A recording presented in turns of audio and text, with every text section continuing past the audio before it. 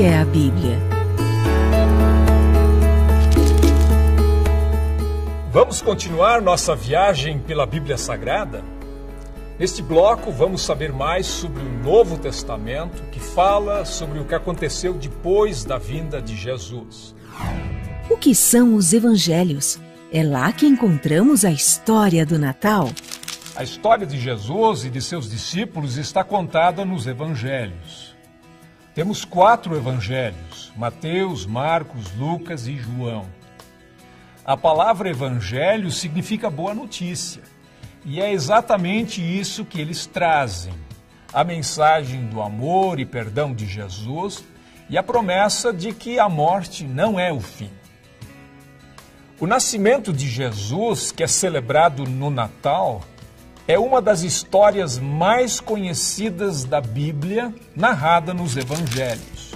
Pelo Evangelho de Lucas, ficamos sabendo da visita de um anjo a Maria, que foi avisada que estava grávida de um menino, o Filho de Deus. O Evangelho de Mateus nos conta como José, futuro esposo de Maria, recebeu de um anjo a missão de cuidar de Maria e do menino Jesus. Lucas nos conta que Jesus nasceu em Belém e que Maria usou uma manjedoura como berço. Mateus fala sobre a visita dos magos do Oriente e sobre a fúria do rei Herodes. Por causa disso, José fugiu com a sua família para o Egito. Os evangelhos também contam do trabalho de Jesus como pregador e os muitos milagres que ele fez durante suas andanças pela terra de Israel, especialmente na região da Galileia. Durante essas pregações, Jesus levava às pessoas sua mensagem de amor e muitas coisas que ele disse estão registradas. O que são as parábolas? Seriam o mesmo que fábulas? Vários ensinamentos de Jesus são dados por meio de pequenas histórias, chamadas de parábolas. Algumas pessoas confundem parábola com fábula, mas existe uma diferença. As fábulas tendem para a fantasia, enquanto as parábolas de Jesus são realistas, tiradas do cotidiano das pessoas. Além disso, as fábulas têm um ensinamento moral, ao passo que as parábolas de Jesus dão destaque à mensagem do Reino de Deus.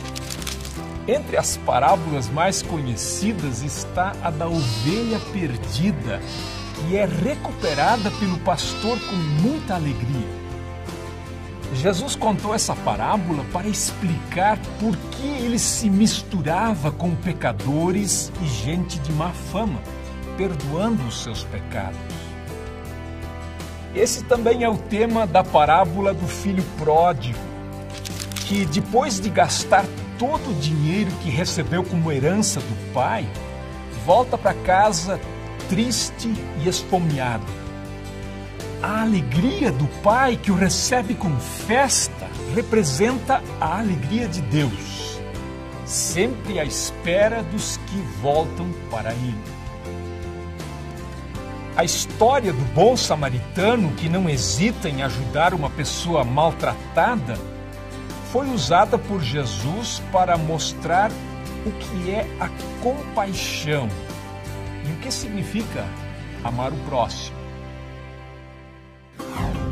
Os evangelhos também falam sobre a Páscoa.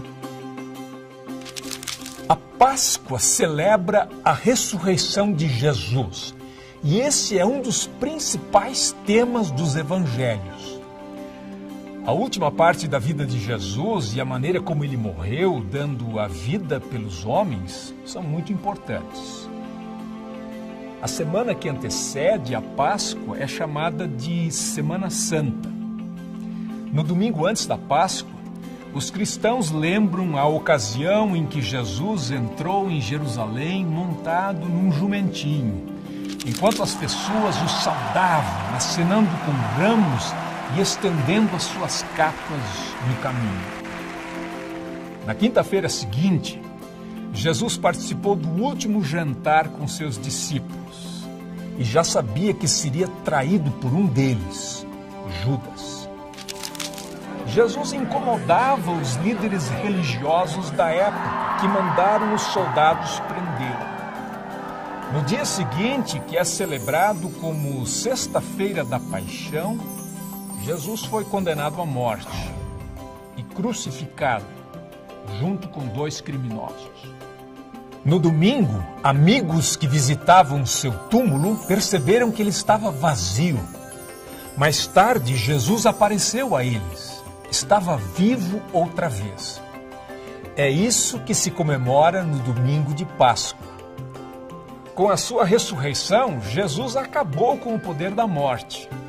Esta mensagem é a fonte de esperança, especialmente em momentos difíceis, como a morte de uma pessoa querida. Como continua a história depois de Jesus? O 5º livro do Novo Testamento, que vem depois dos Evangelhos, é chamado de Atos dos Apóstolos. Ele conta o que os apóstolos, como eram chamados os seguidores de Jesus, fizeram depois que ele subiu aos céus.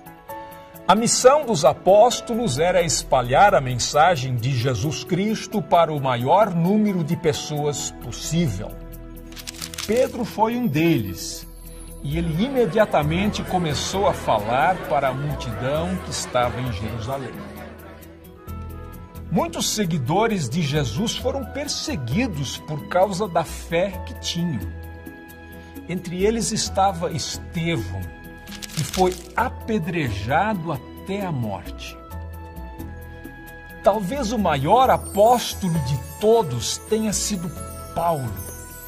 Fundou muitas igrejas e escreveu muitas das cartas que estão no Novo Testamento.